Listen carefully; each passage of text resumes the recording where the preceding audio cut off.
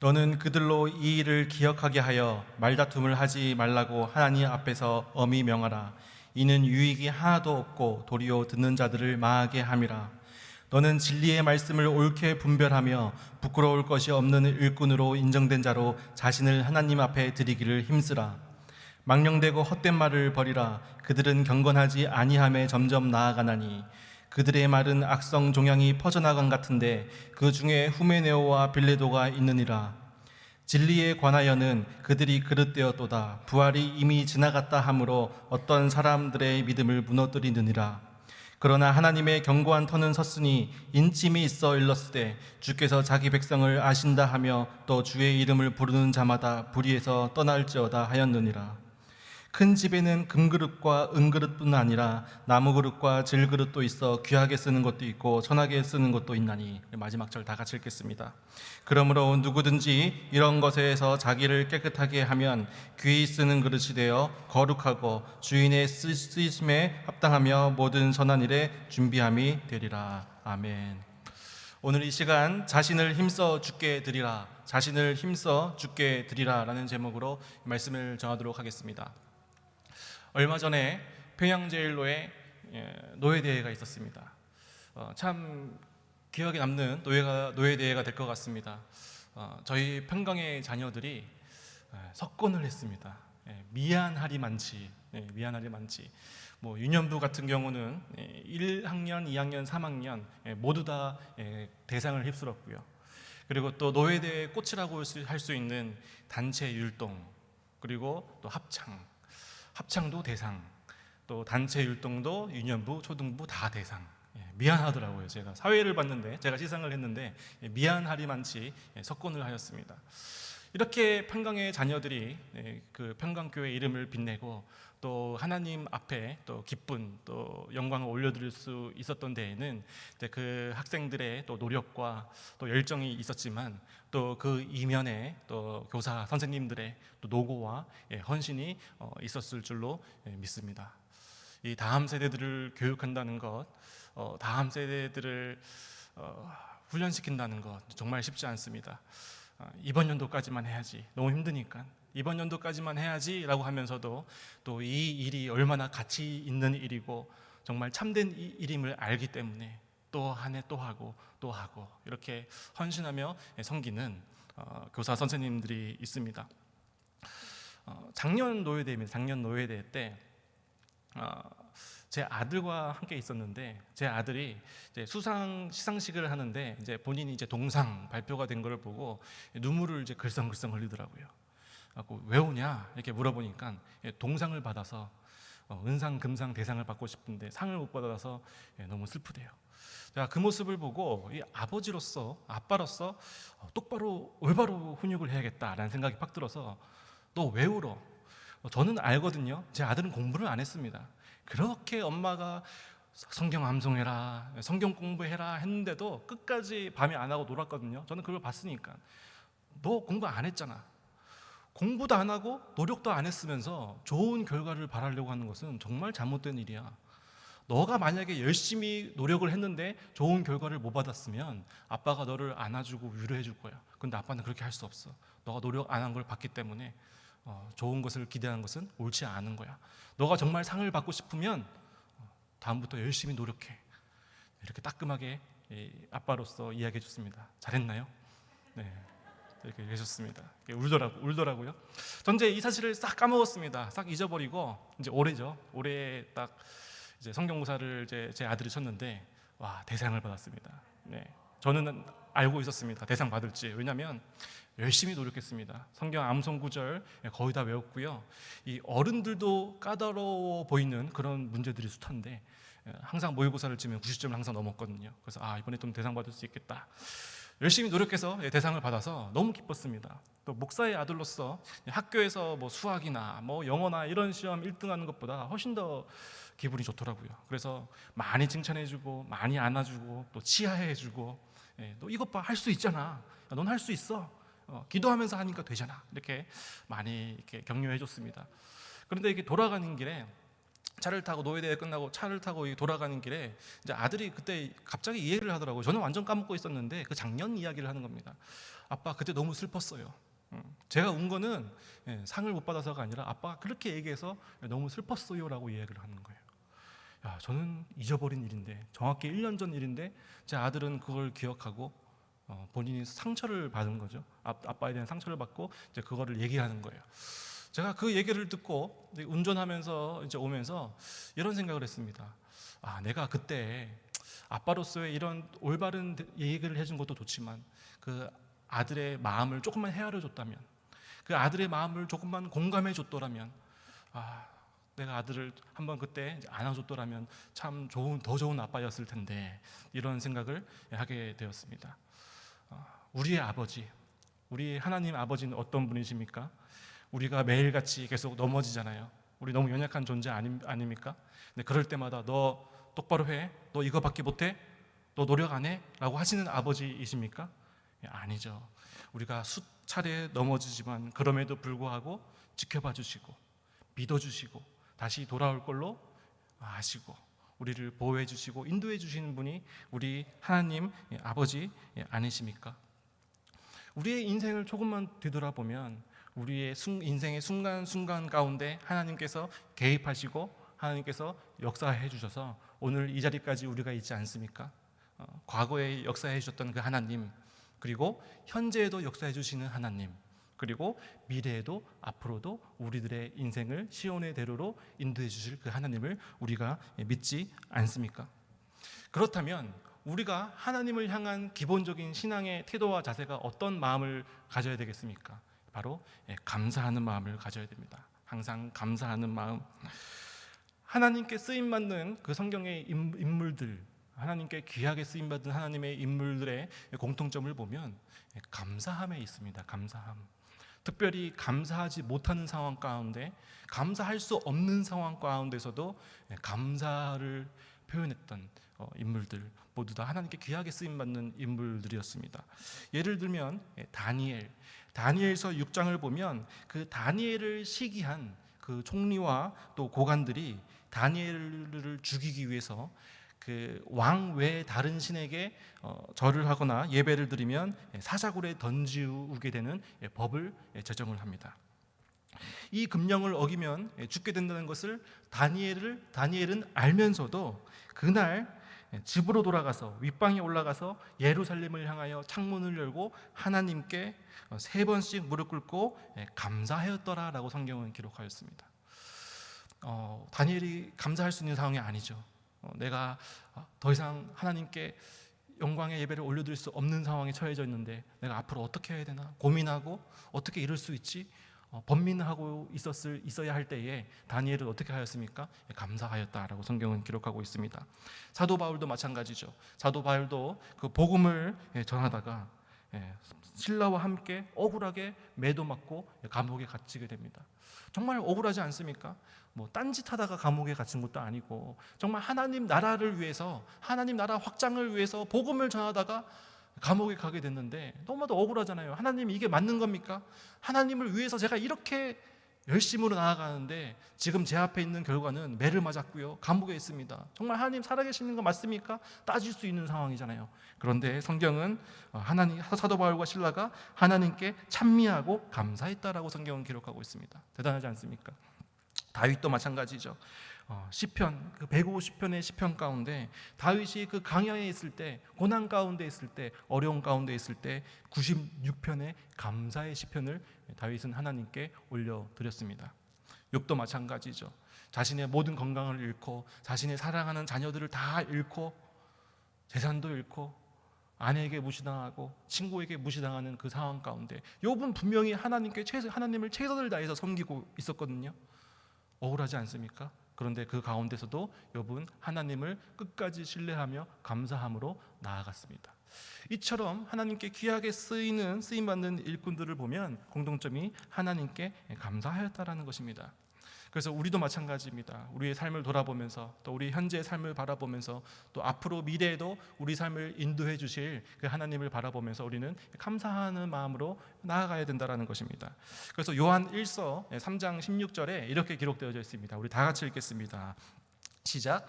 그가 우리를 위하여 목숨을 버리셨으니 우리가 이로써 사랑을 알고 우리도 형제들을 위하여 목숨을 버리는 것이 마땅하니라. 그가 우리를 위하여 목숨을 버리셨으니, 그가 누구죠? 예수 그리스도십니다. 예수 그리스도께서 나를 위해서 십자가에 못 박히시고 목숨을 버리셨으니까 너무나도 감사한 일 아니겠습니까? 우리 가운데, 우리 마음 가운데 감사함이 너무나도 넘쳐나서 이로써 그 하나님의 사랑을 알고 그 다음에 우리가 뭐를 하는 거예요? 우리도 형제들을 위하여 목숨을 버리는 것, 교회를 세우는 것, 교회를, 예수 그리스도의 몸된 교회를 위해서 헌신하는 것, 목숨을 버리는 것 마땅하다라고 성경은 이야기하고 있습니다. 우리가 왜 교회에서 봉사를 합니까? 왜 우리가 교회를 섬깁니까? 자신을 드러내기 위해서, 나를 드러내기 위해서입니까? 나의 유익을 위해서입니까? 나의 성취감을 위해서입니까? 그렇게 교회를 섬기는 것은 잘못된 것이고, 또 그런 사람은 교회를 병들고 아프게 만듭니다. 하지만 나를 위해서, 나의 유익을 위해서 봉사하는 것이 아니라 그 독생자를 이 땅 가운데 나의 죄를 위해, 나를 살리기 위해서 허락하신 그 하나님의 사랑을 내가 알기 때문에 그 감사한 마음이 내 삶 가운데 넘쳐나서 내가 예수 그리스도의 몸된 교회를 위해서 한 몸 바치리라는 각오로 우리가 교회를 섬길 때 참되는 공동체가 세워질 줄로 믿습니다. 예수 그리스도의 교회는 그렇게 시작되었습니다. 누가 시키지도 않았는데 내가 하나님께 받은 그 기쁜 마음으로, 감사한 마음으로 일꾼들이 모여서 헌신해서 2000년 동안 이 교회가 계속해서 지속되어져 왔습니다. 누가 억지로 시킨 것도 아니고 내가 예수님을 만났기 때문에 그 감격으로, 감사한 마음으로 교회를 세우고 또 다른 교회를 세우고 이렇게 2000년 동안 계속 이어져 왔다라는 것입니다. 사도행전에 나오는 그 초대교회를 보면 헬라파 과부들과 히브리파 과부들의 그 분쟁 장면이 있습니다. 과부들을 이렇게 구제를 하는데 헬라파 과부들이 그 구제에서 자꾸 빠지는 거예요. 그래서 이 헬라파 과부들과 히브리 과부들이 서로 원망하게 되는 사건이 일어납니다. 그럴 수도 있죠. 교회니까요. 교회는 많은 사람들이 모이는 곳 아니겠습니까? 뭐 이런 얘기도 나올 수 있고 저런 얘기도 나올 수 있습니다. 그런데 이 초대교회 사역을 잘 보면 문제가 생겼을 때, 문제가 생기니까 교회는 이 일에 문제가 있구나라고 하면서 사역을 멈추는 것이 아니라 그 일이 더 잘 될 수 있도록 누구를 세웁니까? 7명의 집사를 세웁니다. 성령과 믿음이 충만한 7명의 일꾼을 세워서 사도들이 맡았던 일을 감당하게 되니까 불평과 불만이 사라졌다라고 성경은 기록되어져 있습니다. 하나님의 일은, 교회 사역은 이렇게 진행되는 겁니다. 일꾼들이 세워지고 계속되어집니다. 어떤 사람들은 이 교회가 힘들어지는 이유는 일을 많이 하기 때문이다라고 이렇게 생각하는 사람들이 있습니다. 교회가 일을 많이 하니까 사람들이 지치고 또 마음이 상하는 것이다, 이런 생각을 하죠. 이 교회라고 하는 것은 예배를 드리면 되는 것이고 또 기도 많이 하면 되는 것 아니냐, 무슨 일을 이렇게 자꾸만 만들어서 교회를 어렵게 하냐, 이렇게 생각하는 사람이 있을 수 있습니다. 그런데 절대로 그렇지 않습니다. 예배만 하고 기도만 한다는 것, 이렇게 지금 이 시간 저희들이 모여서 예배를 드리고 있습니다. 그리고 또 주일 되면 또 다 같이 모여서 예배를 드리죠. 우리가 예배를 드리기 위해서는 누군가 땀을 흘리고 누군가 헌신을 하고 누군가 수고를 해야 합니다. 그 일을 감당해야지 우리가 예배를 드릴 수 있습니다. 본당 지금 깨끗하잖아요. 누군가가 수고하고 헌신하면서 본당을 청소를 해야 되고요. 또 예배 시간에 음향도 누군가가 뒤에서 조절을 해야 되고요. 미디어실에서 누군가 자막도 미리 만들어 놓고 준비를 해야 합니다. 차향팀 악기도 미리 세팅하고 연습도 해야 되고요. 또 성가대 아침 일찍 나와서, 누구보다도 일찍 나와서 미리 연습하고 또 준비를 합니다. 또 식당 봉사 하시는 분들, 또 주차 봉사 도와주시는 분들, 교회가 무슨 이렇게 일을 많이 하냐, 은혜스럽게 예배만 드리면 되지, 기도 많이 하면 되지, 그게 아니라 이렇게 뒤에서 섬기고 봉사하는 분들이 있기 때문에 우리가 이렇게 은혜로운 예배를 매주 드릴 수 있는 것입니다. 만약에 우리 교회에 이 주차 봉사해 주시는 분이 안 계신다면 아마 싸움이 매주 일어날 겁니다. 어떤 사람은 빨리 예배당에 들어가기 위해서 얌체처럼 이렇게 주차를 해놓은 사람이 있을 거고, 또 그거를 보고 또 전화하고 성내고 화내고 막 싸움이 막 일어나는 일이 막 일어날 겁니다. 그런데 뒤에서 땀 흘리고 헌신하고 수고하는 그런 분들이 있기 때문에 우리가 예배에 집중하고 은혜로운 예배를 드릴 수 있는 것이라는 것입니다. 그런데 참 기가 막히고 아이러니는 주님을 섬기는 현장에서 주님으로부터 멀어질 수 있다는 것입니다. 주님의 몸된 교회를 섬기면서 주님의 몸된 교회와 멀어질 수 있다는 것입니다. 이게 참 신앙의 아이러니입니다. 이 교회 일을 하고 다른 사람을 이렇게 섬긴다고 하는 것은 서로를 사랑하고 서로를 섬기는 행위인데, 서로를 섬긴다고 하면서 서로에 대한 원망스러운 마음이 생기기도 하고, 또 때로는 미움이 생기기도 하고, 또 상처를 받기도 합니다. 정말 큰 아이러니입니다. 이렇게 하나님의 일꾼들이 하나님의 일을 하는데 이렇게 어려운 일도 일어나게 된다는 것입니다. 그럴 때 이 사도 바울이 오늘 본문 말씀을 통해서 하나님의 일꾼들이 꼭 알아야 할 영적 원리에 대해서 설명을 해줍니다. 우리 한번 볼까요? 첫 번째는 말다툼하지 말라. 말다툼하지 말라라는 것입니다. 우리 14절을 다 같이 한번 읽어보겠습니다. 14절입니다. 너는 그들로 이 일을 기억하게 하여 말다툼을 하지 말라고 하나님 앞에서 엄히 명하라. 이는 유익이 하나도 없고 도리어 듣는 자들을 망하게 함이라. 사도 바울이 교회의 일꾼들에게 권면하는 영적 원리, 첫 번째는 말다툼하지 말라는 거예요. 말다툼을 하지 말고 이것은 유익이 하나도 없고 도리어 듣는 자를 망하게 한다. 이때 당시 이 에베소 교회에서 그 어떤 논쟁들이 많았냐면 그 불필요한 신화 이야기, 그 불필요한 족보 이야기들이 많았습니다. 성경을 말한다고 하면서 믿음에 대해서 이야기한다면서 그리고 불필요한 이야기들로 자꾸만 하니까 아무런 신앙에 도움도 안 되고 오히려 막 싸움이 막 일어나는 겁니다. 그런 일들이 너무나도 빈번했다라는 것입니다. 우리가 올바른 보수적인 신학과 신앙을 추구하면서 신앙생활을 하고 나아가지만 이 신앙의 범주라는 것이 굉장히 넓을 수도 있습니다. 어떤 청년은 이렇게 고백을 하더라고요. 리드 모임 때 딱 아침에 집 밖을 나오면 하늘을 바라보면서 그 푸른 하늘과 그 이쁜 구름과 또 길가에 있는 꽃을 보면서 그 하나님을 찬양하게 된대요. 하나님이 너무 하나님에 대한 향한 기쁜 마음이 막 샘솟는데요. 그렇게 고백을 하더라고요. 저는 아니거든요. 하늘을 봐도 아무런 느낌이 없습니다. 꽃은 꽃이지 뭐 감동은 사실 없거든요. 대신에 저는 사람들이 봤을 때 딱딱하다고 느껴질 수 있는 조직신학 책을 통해서, 그것을 통해서 하나님을 알아갈 때 가슴이 뛰고 흥분합니다. 이렇게 신학적인 스펙트럼 범주가 되게 넓을 수 있다는 것입니다. 그리고 교회는 모임도 많고 나눔도 많고 교제가 많다 보니까 서로 지체들끼리 대화하다 보면 이 사람의 신앙이 나와 조금 다르네, 이 사람의 신앙의 또 방향이 또 성격이 나와 좀 다르네, 이런 일이 있을 수 있습니다. 근데 이런 것들은 차라리 괜찮습니다. 신학적인 것 이런 것들은 궁금점이나 좀 이렇게 마음에 어려운 것이 있을 때 교육자분들께 또 목사님께 찾아오면 아마 잘 이해시켜 드리고 설명해 줄 겁니다.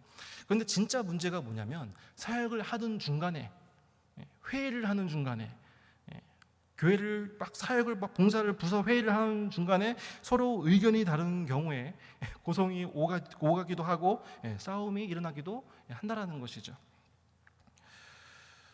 다른 사람들의 각각의 다른 것을 인정하고 또 그런 것을 잘 수용해 줬을 때 그 아름다운 예수 그리스도의 몸된 교회가 세워지는데, 다른 사람들, 나와 다른 사람의 그 다름을 인정하지 못하니까 부딪히게 되고 또 논쟁하게 되고 마음이 상하게 되고 또 경계하게 되고 또 싸움이 일어나게 된다는 것이죠. 교회 안에 이런 일이 일어날 수 있습니다. 제가 청년부 사역을 하면서 청년들이 이제 가끔씩 뭐 이런 상담 요청을 많이 합니다. 제가 이 형제와 이 자매와 이제 얼마 기간 동안 만나고 있는데 또 상황을 막 설명하면서 계속 만나야 되나요? 맞는 게 옳습니까? 이렇게 상담을 하죠. 근데 제가 어떻게 합니까? 그 상대방을 만나본 적도 없는데, 뭐 신앙이 있다고 하더라도 어떤 신앙을 가지고 있는지 모르는데 제가 뭐 만나라, 만나지 마라 이렇게 말을 할 수가 없잖아요. 근데 분명한 것은 있습니다. 제가 어떻게 조언을 하냐면, 그 형제와 그 자매와 만나기 전과 후를 봤을 때 내가 하나님과 더 가까워졌는가, 하나님과의 관계가 더 멀어졌는가를 한번 봐봐라. 그 형제 자매를 만남으로써, 그 형제 자매와 교제함으로써 내가 하나님을 더욱더 사랑하게 되고 하나님과의 관계가 더욱더 가까워졌다면 아마도 그것은 하나님이 기뻐하시는 교제일 가망성이 높다. 그런데 그 형제 자매와 교제하고 난 이후부터 하나님과의 관계가 멀어지고 자꾸만 죄의 유혹에 넘어지고 교회와 자꾸만 멀어진다면 그건 아마도 하나님이 기뻐하시지 않는 관계일 가망성이 높다라고 이렇게 조언을 해줍니다.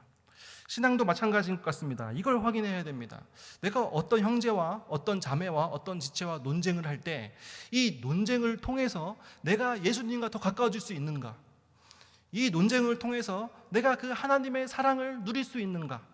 그리고 이 논쟁을 통해서 그 상대방의 형제 자매 지체와 더 가까워질 수 있는가?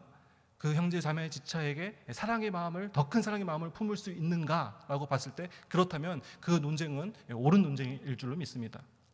그런데 내가 논쟁을 하는데 그 논쟁을 통해서 하나님의 의가 드러나지 않고 오히려 하나님의 영광을 가리는 일이라면, 그 내 논쟁을 통해서 주변의 사람들이 불편해하고 아파하고 또 이 논쟁을 하는 상대방과 관계가 더 멀어지고 그 상대방에게 내 마음속에 거친 마음이 든다면 그 논쟁은 멈춰야 하는 논쟁이라는 것입니다. 우리가 멈출 수 있어야 된다는 것이죠. 오늘 본문 23절에서 이렇게 기록되어져 있습니다. 23절, 어리석고 무식한 변론을 버리라. 이에서 다툼이 나는 줄로 암이라. 이런 의미 없는, 피해야 하는, 멈춰야 하는 다툼, 이런 다툼은 뭐라고요? 어리석고 무식한 사람들이 하는 거다라고 사도 바울은 이야기하고 있죠. 이런 논쟁하는 사람은 어리석고 무식한 사람이 하는 것이다. 우리가 못 배웠을지언정 어리석고 무식하면 안 되지 않겠습니까? 24절에서 이렇게 기록되어 있습니다. 24절, 주의 종은 마땅히 다투지 아니하고 모든 사람에 대하여 온유하며 가르치기를 잘하며 참으며. 그래서 이런 하나님의 그 덕이 세워지지 않는 그런 논쟁 가운데 내가 앞에 있을 때 어떻게 해야 됩니까? 온유한 마음을 품어야 되고요, 참아야 됩니다. 인내해야 됩니다. 그렇게 나아가는, 말다툼을 하지 않고 참는 여러분들 되시기를 축복합니다. 이게 우리 그리스도 일꾼들이 꼭 기억해야 될 첫 번째 영적 원리였습니다. 두 번째 사도 바울이 이야기하는 영적 원리는 거룩해야 된다는 것입니다. 부끄러울 것이 없는 일꾼으로 인정되어야 한다. 누구에게요? 하나님께. 하나님 앞에 부끄러움 없는 일꾼이 되어야 된다. 우리 15절 우리 다 같이 읽어보겠습니다. 시작. 없는 일꾼으로 인정된 자로 자신을 하나님 앞에 드리기를 힘쓰라. 진리의 말씀을 옳게 분별해서 하나님 앞에 부끄러울 것이 없는, 무엇을 이야기하죠? 성결과 거룩한 삶의 태도, 자세를 이야기합니다. 우리 20절 다 같이 한번 읽어보겠습니다. 20절 시작. 큰 집에는 금그릇과 은그릇뿐 아니라 나무그릇과 질그릇도 있어 귀하게 쓰는 것도 있고 천하게 쓰는 것도 있나니. 사도 바울이 우리의 믿음에 대해서 그릇으로 비유하는데 이것은 낯선 비유가 아닙니다. 사도 바울도 자신을 뭐라고 비유했습니까? 보화를 품은 질그릇이다라고 이렇게 표현한 부분이 있습니다.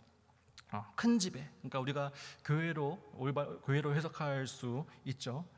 교회에는 금그릇도 있고 또 은그릇도 있고, 그거보다 조금 덜하지만 나름 귀한 은그릇도 있고, 그리고 나무그릇, 튼튼한 나무그릇도 있고, 또 흙으로 만든 좀 하찮은 질그릇도 있다라고 성경은 이야기하고 있습니다.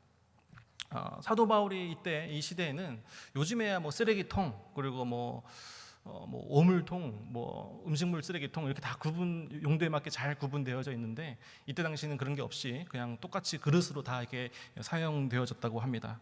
그래서 이 어떤 그릇은 쓰레기통으로 음식물 쓰레기통으로 쓰이기도 하고 또 똑같이 생겼지만 어떤 그릇은 오물통 또 어른들 말로는 요강으로 쓰이기도 하죠. 그래서 천하게 쓰이는 그릇도 있고 또 귀하게 쓰이는 그릇도 있다라고 사도 바울은 비유로 이야기를 합니다. 교회 안에서도 마찬가지겠죠. 교회 안에서도 귀하게 쓰임 받는 사람이 있고 또 좀 덜 귀하게 쓰임 받는 사람도 있고. 여러분들 자신을 보면 여러분들은 어떤 그릇 같습니까? 여러분들은 금그릇입니까? 아니면 은그릇입니까? 아니면 나무 그릇 혹은 질그릇?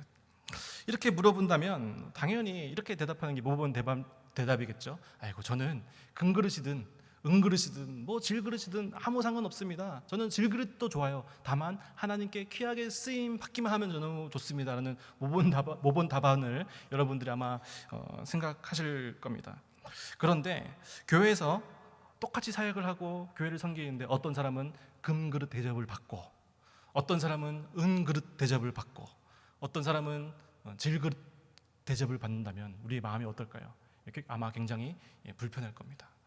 제가 이렇게 사역을 하면서 평상시에 뒤에서 아유 이 권사님은 금그릇이야 금그릇 또 뒤에 가서 저 집사님은 질그릇이야 질그릇 이렇게 막 얘기를 막 하고 다닌다면 여러분들이 그 얘기를 들었다면 여러분들 마음이 어떻겠습니까? 굉장히 불편하겠죠. 그리고 아마 막 항의를 막 할 겁니다. 어떻게 그렇게 얘기할 수 있습니까? 저를 포함해서 여기 계신 모든 분들이 아마 하나님 앞에 금그릇으로 귀하게 다 이렇게 쓰임 받기를 원하실 겁니다. 그런데 하나님 앞에 귀하게 쓰임 받는다는 것은 무엇일까요? 계속해서 21절을 제가 한번 읽어보겠습니다. 21절입니다. 그러므로 누구든지 이런 것에서 자기를 깨끗하게 하면 귀히 쓰는 그릇이 되어 거룩하고 주인의 쓰심에 합당하며 모든 선한 일에 준비함이 되리라. 하나님께서는 재질에 관심이 없으시네요. 하나님께서는 재질에 관심이 없으십니다. 근데 하나님께서는 무엇에 관심이 있으십니까? 그릇이 깨끗하냐, 그릇이 깨끗하지 않냐, 그거에 관심이 있다라는 것입니다. 아무리 귀하고 비싼 금 그릇이더라도 요강으로 썼던 그릇이라면 우리 거기다가 밥을 먹을 수 있겠습니까? 아무리 그것을 빡빡 씻는다고 하더라도 아마 우리는 먹지 못할 것입니다. 어떤 재질이냐가 중요한 그것보다 더 중요한 것이 내가 쓰임 받기에 깨끗한 상태로 있는가, 이것이 더 중요하다는 것입니다. 내가 하나님 앞에 성결하게 있는가, 거룩하게 있는가. 간음하다가 현장에서 잡힌 그 여인이 있죠. 그 여인을 향해서 예수님께서 이렇게 말씀하십니다. 죄를 짓고 있는 바로 그 자리에서 떠나라. 죄를 짓고 있는 그 자리에서 지금 바로 떠나라라고 예수님께서는 말씀하십니다. 하나님께서 쓰임 받고자 하는 그 하나님의 일꾼들은 우리는 다 성화가 완전하게 이루어진 사람이 아닙니다. 저도 그렇고 여러분들도 아니죠. 그러나 예수님께서 우리 안에 계시고 예수님께서 우리를 아시고 우리가 예수 그리스도의 견고한 터 위에 우리의 믿음이 세워져 있기 때문에 우리는 예수님을 모를 때보다 죄악을 미워합니다.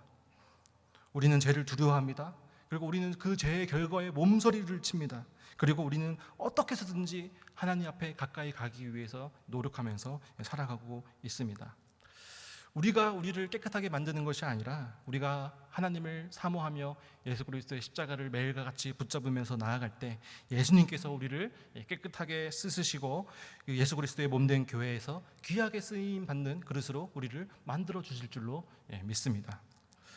그래서 아무리 일을 잘한다고 하는 것, 그것은 사실 두 번째입니다. 아니요, 세 번째예요. 아니에요, 그것은 중요하지 않습니다.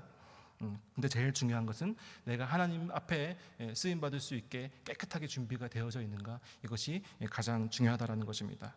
그래서 두 번째였습니다. 사도 바울이 권면하는 하나님의 일꾼들의 두 번째 영적 원리, 바로 우리가 깨끗하게 거룩하게 나아가야 된다는 것입니다. 세 번째입니다. 세 번째는 망령되고 헛된 말을 버려야 된다는 것입니다. 신앙생활을 하면서 또 이런 분들이 있습니다. 신앙생활을 하면서 나는 하나님의 일꾼, 나 그런 거 별로 관심도 없고 하나님의 일꾼이 되고 싶지도 않아. 내가 교회를 다니면서 조용히 나 혼자만 그냥 하나님과의 친밀한 교제를 하면서 그렇게 교회를 다니고 싶어.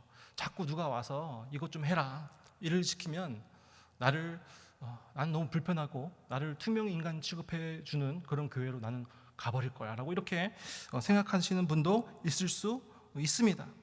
교회는 많은 사람들이 모이는 곳이기 때문입니다. 나는 스스로 하나님의 일꾼이 아니다라고 생각하는 분도 있을 수 있습니다. 그런데 내가 내 스스로 나는 하나님의 일꾼이 아니다라고 생각한다고 해서 내가 예수님께서 그 일꾼들의 명단에 그 사람을 지어주시는 것은 아닙니다.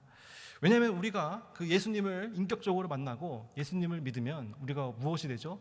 영적 가족, 하나님의 가족이 됩니다. 하나님의 자녀가 됩니다. 그래서 우리가 하나님 영 가족의 일원이 되지 않습니까? 그와 동시에 교회의 구성원이 된다는 것입니다. 그러니까 동시에 우리가 예수님을 만나는 순간 하나님의 자녀가 되는 동시에 또 예수 그리스도의 몸된 교회의 구성원이 된다는 것입니다. 하나님의 자녀로서의 역할도 잘 충실히 감당해야 되고요. 또 하나님 예수 그리스도의 몸된 교회를 세우는 교회의 구성원으로서의 역할도 이 사명도 잘 감당해야 됩니다. 그래서 우리는 모두 다 하나님의 일꾼이다라는 것입니다. 세 번째 사도 바울이 권면하는 그 하나님의 일꾼의 영적 원리 세 번째는 망령되고 헛된 말을 버려야 된다라는 것입니다. 16절 우리 여러분들이 읽고 17절을 제가 읽겠습니다. 16절입니다.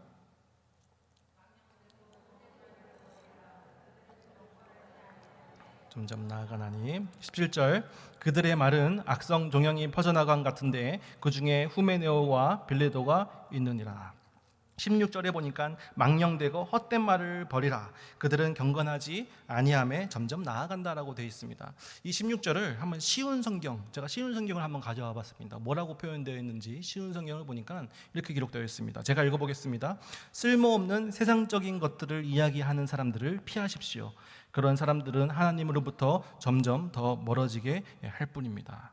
이 망령되고 헛된 말을 쓸모없는 세상적인 것들을 이야기하는 사람들이다 라고 이야기를 했고 우리가 이것을 피해야 된다는 것입니다. 사도 바울이 이때 당시 교회를 어지럽히고 있는 또 거짓 교사들, 또 이때 당시 배경 당시에 유행했던 이단이었던 영지주의를 섬기는 그런 사람들에 대해서 이야기를 합니다. 후메네오와 빌레도인데요. 이 후메네오라는 사람은 이 사도 바울이 내가 그들을 사단에게 넘겨줬다 하는 무리들의 명단에 있는 사람입니다. 그러니까 이제 영지주의자로서 또 악한 잘못된 교훈을 퍼뜨리는 자죠. 그리고 빌레도도 마찬가지였습니다. 이 당시 이단, 이 영지주의는 그 부활, 육체적인 부활을 거부했던 가르침, 잘못된 가르침을 갖고 있었던 그런 이단 종파였습니다. 그러니까 육적인 것을 악하다고 보고 영적인 것만 선하다고 보는 거예요. 예수님은 신이시자 동시에 인간이십니다. 그렇죠? 신성과 인성을 다 가지고 계신데 이 사람들 입장에서는 예수님의 인성을 거부하는 거예요. 왜냐하면 육신은 악하다고 생각하기 때문에 어떻게 하나님의 아들이 인간일 수 있어? 절대 그럴 수 없어라고 하면서 예수님의 신성만 강조하고 인성은 또 거부하고 또 예수님께서의 육체적인 부활 또한 거부합니다. 그래서 우리는 죽음 후에 육체적인 부활을 믿지 않습니까? 그런데 이 사람들은 그 부활, 그것은 진짜 육체적인 부활이 아니라 우리가 예수님을 믿고 세례를 받을 때 우리 속에 마음속에 감동이 있는 것, 영적인 부활을 성경은 말하는 거야 라고 교묘하게 거짓된 가르침을 막 퍼뜨렸다는 것입니다. 그런 잘못된 가르침을 퍼뜨리는 자들을 보고 사도 바울은 이제 그들의 모든 고난을 다 해임시키고 쫓아보냈습니다. 그러니까 이들이 뒤에서 쓸모없는 세상적인 이야기를 막 하는 거죠. 뒤에서 사도 바울 키도 작고 외모도 볼품없어, 대머리에 말도 더듬고 똑똑한 척하는데 똑똑하지도 않아, 예수님의 제자도 아니야, 진짜 사도도 아닐걸? 라고 하면서 이상한 쓸데없는 세상적인 이야기들, 망령되고 헛된 말을 막 퍼뜨렸다라는 것입니다. 그래서 사도 바울은 권면합니다. 망령되고 헛된 말을 피해라. 우리가 많은 대화를 하죠. 교회 안에서도 많은 대화를 합니다. 우리가 사람들이 모인 곳이기 때문에 영화 얘기도 할 수도 있고 책 이야기도 할 수 있고 또 우리 자녀들 얘기도 할 수도 있고 또 내가 직장 얘기도 할 수도 있죠. 그리고 또 한 주간 겪었던 일들, 또 기뻤던 일들, 다양한 이야기를 할 수 있습니다. 그런데 그 얘기들 중에서 믿음을 세워주는 얘기가 있고 믿음을 망가뜨리는 얘기가 있다는 것입니다. 그렇죠? 덕을 세우는 이야기가 있고 또 해를 끼치는 이야기가 있다는 것입니다. 이런 해를 끼치는 말들, 믿음을 망가뜨릴 말들을 경계하라고 사도 바울은 이야기하고 있습니다. 제가 고등부 사역을 할 때 이제 교사 회의를 진행하기 위해서 이제 선생님들을 이제 기다리고 있었습니다. 선생님들이 이제 많이 모였는데 아직 더러운 선생님들이 있어서 기다리고 있었습니다. 근데 그때 당시 그 유튜브 BJ 중에 한 명이 이제 그 해외 원정 그 카지노를 하다가 이게 이슈가 된 일이 있었습니다. 그래서 아마 선생님 중에 한 분이 이제 그 기사를 본 것 같아요. 그래서 이제 막 얘기를 하죠. 막 대화를 하다가 어느 한 이제 여자 집사님이 나도 갑자기 이러면서 막 간증을 막 하시는 거예요. 안 좋은 간증, 해를 끼치는 간증이죠. 나도 어디 마카오 갔는데 나는 우리 아들이 사실은 몇만 원만 하려고 했는데 하면서 막 선을 조금 넘는 거예요. 저도 이제 마음속으로 아이고 더 이상 하면 안 되는데 멈춰야 되는데 아마 다른 선생님들도 다 그런 조마조마한 마음이었을 것 같습니다. 멈춰야 되는데 그런데 딱 지혜롭게 권사님 부장 권사님이 딱 이렇게 얘기를 하더라고요. 여러분 지금 하고 있는 이야기를 다른 사람이 듣는다면 굉장히 당황할 것 같은데요? 라고 하면서 말을 딱 끊어주시더라고요. 참 다행이기도 하였고 참 지혜로웠습니다. 그러니까 이야기가 멈춰졌습니다. 우리가 교회에서 좀 믿음을 세우는 이야기, 좀 은혜로운 이야기를 나누고 싶은데 세상적인 이야기 이런 얘기를 자꾸 할 때 우리 마음이 조금 불편할 때가 있습니다. 내가 세상적인 이야기를 하려면 세상 친구를 만났지 내가 왜 교회까지 와서 이런 세상적인 이야기를 들어야 되나 이런 불편한 생각을 많이 하셨을 겁니다. 그런데 사도 바울이 가르쳐주고 있는 원리는 그리스도인의 일꾼이라면 이 하나님과의 경건에서 멀어지게 하는 하나님 믿음을 망가뜨리는 쓸모없는 세상적인 이야기를 경계해야 된다는 것입니다. 얼마 전에 새가족 환영회가 있었죠. 새가족 환영회가 있었습니다. 저도 거기서 참석을 했는데 여기 계신 한 권사님이 재밌는 얘기를 해주시더라고요. 재밌는 얘기. 어떤 얘기를 해줬냐면 담임 목사님이 제일 좋아하는 떡이 무엇일까요? 무엇일까요? 담임 목사님이 끄떡끄떡이에요. 그렇죠. 담임 목사님이 말씀을 딱 선포하실 때 그래서 우리가 듣고 흡수하고 끄떡끄떡 아멘 했을 때 담임 목사님이 가장 좋아하신다. 유머입니다. 유머. 진짜 아니에요. 그럼 담임 목사님이 제일 싫어하는 떡이 무엇일까요? 어떻게 다 아시죠? 쑥떡쑥떡이에요. 뒤에서 쑥떡쑥떡 하는 것. 세상적인 그런 쓸데없는 그런 말을 하는 것. 망령되고 헛된 말을 하는 것, 쑥떡쑥떡이죠. 아까 17절을 보니까 뭐라고 기록되어 있죠? 17절에 보니까 그런 쑥떡쑥떡의 말은 악성 종양이 퍼져나간 것 같다. 악성 종양이 뭡니까? 암입니다. 암. 우리가 쑥떡쑥떡을 잘못 먹으면 뭐에 걸린다고요? 암에 걸린다. 여러분 암에 걸리는 떡을 드시겠습니까? 먹으면 안 되겠죠. 그래서 우리가 쑥떡쑥떡을 피하는 것, 망령되고 헛된 말을 우리가 절제해야 될 줄 믿습니다. 예수님께서 이런 말에 대해서 뭐라고 얘기하셨냐면 누가복음 6장 45절에서 이렇게 말씀하셨습니다. 제가 한번 읽어보겠습니다. 선한 사람은 마음에 쌓은 선에서 선을 내고 악한 자는 그 쌓은 악에서 악을 내나니 이는 마음에 가득한 것을 입으로 말함이니라 라고 예수님께서 말씀하셨습니다. 좀 무서운 말씀인 것 같은데 우리 마음에 가득한 게 어떻게 된다고요? 입 밖으로 나온다고. 악이 가득하게 쌓여있는 사람들은 말 가운데 악의 말이 나올 거고 선이 가득 쌓여있는 사람은 선의 말이 나올 거고 이 마음 가운데 세상적인 걸로 가득 차 있는 사람은 세상적인 말이 나올 겁니다. 그런데 우리가 우리 마음 가운데 선한 것만 가득 차 있나요? 그렇지 않죠. 우리는 너무나도 연약한 존재이기 때문에 우리 마음 가운데 또 악한 마음들, 좋지 않은 마음들, 시기하고 미워하고 질투하는 마음들이 우리 마음 가운데도 있습니다. 그래서 우리는 그 시편 기자의 고백처럼 우리는 이렇게 기도해야 됩니다. 하나님, 우리의 입술에 파수꾼을 세워주시옵소서. 그래서 내 입술을 통해서 나오는 말들이 선한 말로 가득하게 하여 주시옵소서. 우리는 이렇게 기도하면서 나아가야 될 줄을 믿습니다. 오늘 말씀을 마무리하면서 이 교회에는 물이 흘러가는 통로가 있습니다. 어떤 통로는 은혜의 물이 흘러갑니다. 그리고 어떤 통로는 구정물이 가득 흘러갑니다. 여러분들에게 어떤 물이 흘러가는지 한번 돌아봤으면 좋겠습니다. 다른 사람이 욕하는 소리가 막 들려온다 나에게. 그러면 하나님 앞에 달려가야 됩니다. 하나님, 나의 가운데 하나님의 은혜의 물이 흘러가는 통로가 되게 하여 주시옵소서. 구정물이 흐르는 통로가 되지 않게 하여 주시옵소서. 이런 기도를 할 수 있는 여러분들 되시기를 축복합니다. 우리 안에 담겨져 있는 그 파멸적인 말들 무너지게 하여 주셔서 기도하면서 나아가는 여러분들 되었으면 좋겠습니다. 그래서 세 가지였습니다. 첫 번째는 말다툼을 하지 말아라. 그리고 두 번째는 부끄러운 것이 없는 일꾼으로 거룩하게 나아가라. 세 번째 그리스도 일꾼의 영적 원리는 망령되고 헛된 말을 버려라.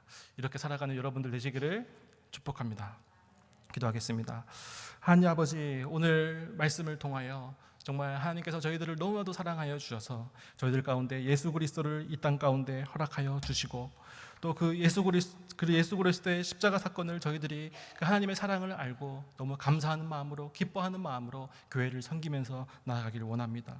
하나님 아버지, 저희가 그리스도의 일꾼으로서 교회를 세우면서 나아갈 때에 저희들이 말다툼을 하지 않고 부끄러울 것이 없는 하나님 앞에 인정받는 거룩한 성결한 하나님의 자녀로서 나아가게 하여 주시고 또 망령되고 헛된 말을 버려서 저희들의 입술을 파수꾼으로 지켜주시는 그 하나님의 은혜를 붙들며 나아가는 저희들 될 수 있도록 함께하여 주시옵소서. 이 모든 말씀 예수님 이름으로 기도드립니다. 아멘. 오늘 말씀을 기억하면서 우리 나주님의 기쁨 되기 원하네 찬양하겠습니다.